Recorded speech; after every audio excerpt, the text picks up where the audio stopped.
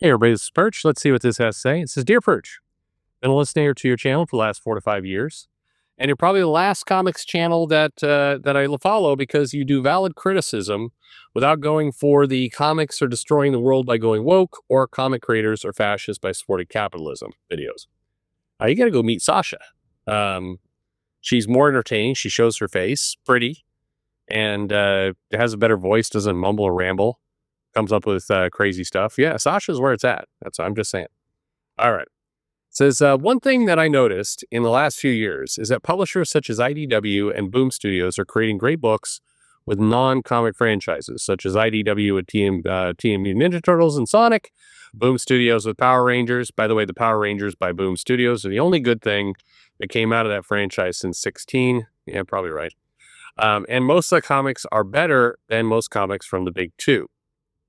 I mean, it's, obviously, you know, subjective, but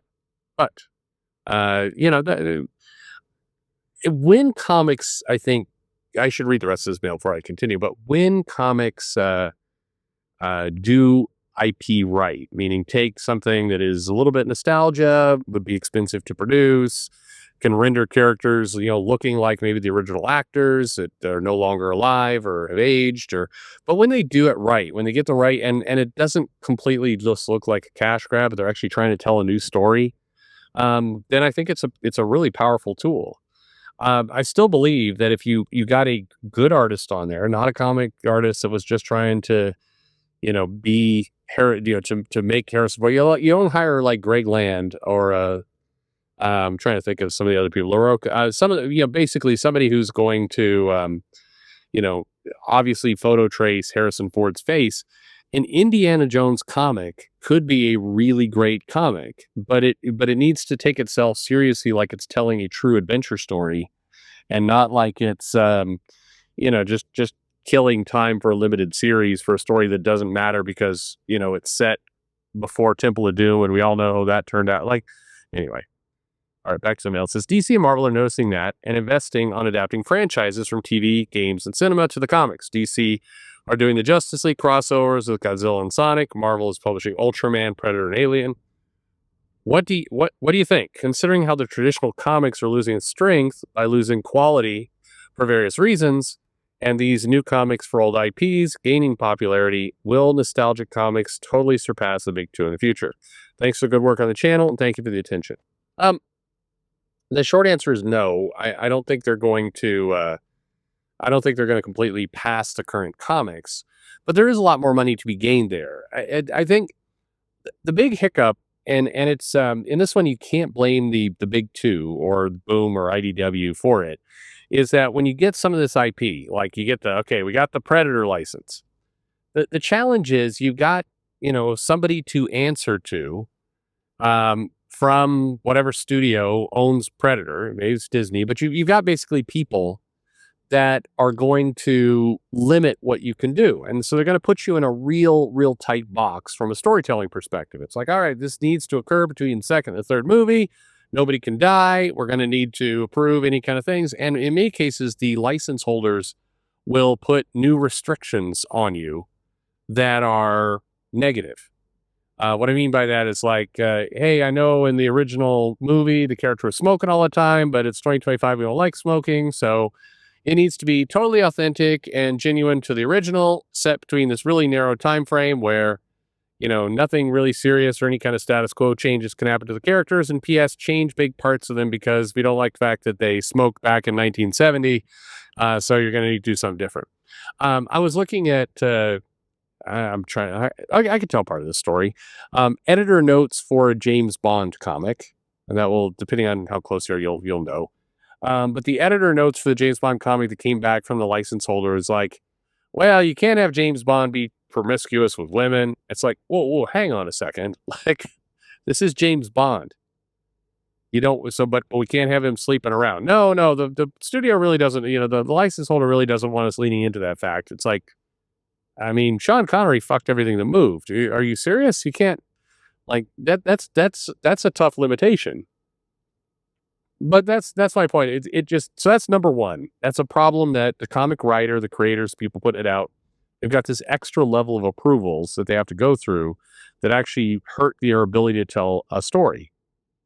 The second problem, kind of related, it is that like we want to capture the spirit of what people remember from a nostalgia perspective, but that actually means we can't progress the story forward any.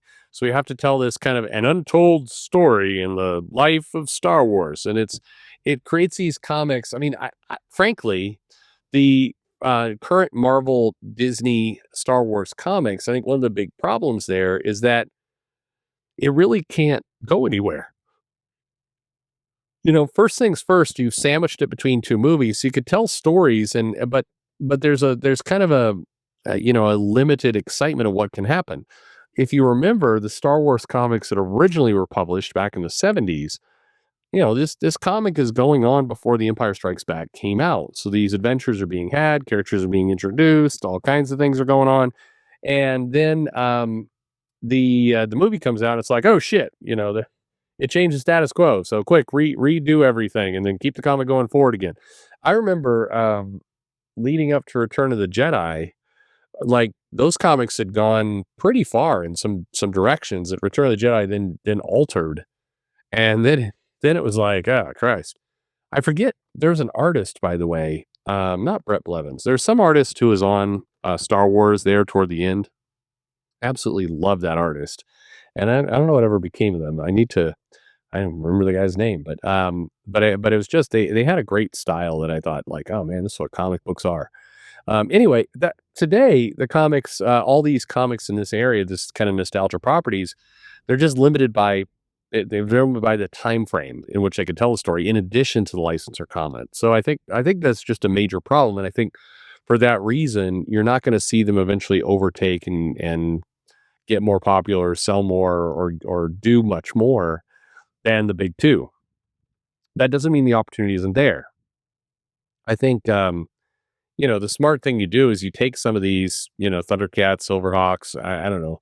I like I said before, Indiana Jones. I think as a property, if you really put some good money into that, and you put really good artists, and you said, you know what, we're going to tell some stories. Those stories are going to take risks, and we're going to introduce new characters. I'm not going to worry about weaving in mutt into this story somehow. We're just going to try and go for it. That is that is what's needed. Um, but it's tough. You need the strength and the ability to go in a whole new direction. The licensors likely will give it to you. Um, which again, in the world of the multiverse, like why not? Like I mean, I don't know, as an idea. Well, I'll keep using Indiana Jones here, but this is what I would have done with Star Wars. If I had the comics, I would have said, pick a time frame, pick what we're starting with. Maybe it's right after Return of the Jedi, and I would have this comic be like, this is this art higher, and whoever the writer is, like this is this writer's vision for where Star Wars went, and just say, you know what, no limits, do whatever you're gonna do. You wanna have Leia decide incest is best and go with Luke. I mean, go for it. I don't know why that's the first idea that came to my mind, but anyway, just go ahead and just tell the story you want to tell. And your plot armor there is like, hey, this isn't the main Star Wars continuity. It's a what if, whatever. And I'm not a big fan of the multiverse, as all of you know, but I do think for these properties to really go, we have to untether them from whatever you think the restrictions are, and just tell amazing stories.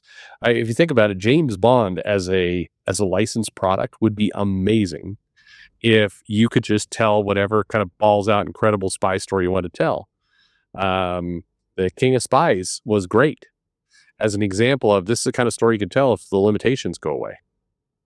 I don't know. So to the audience, people listening, what comics do you like in this area, and what would make them better? Like what's the thing you like best? What's the thing you like least? What is it that what's the magic that's needed to make these comics really amazing? Let me know in the comments below. Like and subscribe, of course, and thanks for listening.